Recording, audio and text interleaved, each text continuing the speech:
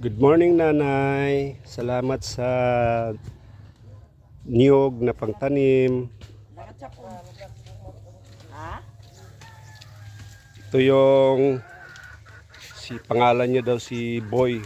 Gwapo yan, taga Tinintinan. Good morning, Boy. Morning. Hello. Tinatransplant namin yung puno ng mga niyog. I-transfer namin sa mga lupa na tinamaan ng bagyong Udit. So ito yung mga powerman at saka si Nanay, binigyan kami ng chance na magkaroon kami ng pangtanim. So pasalamat kami na ngayong araw talaga bana to. Kasi umulan kagabi. Masaya kami na malambot yung paghukay. Hiha!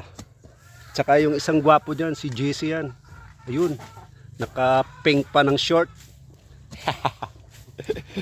Salamat! Happy days!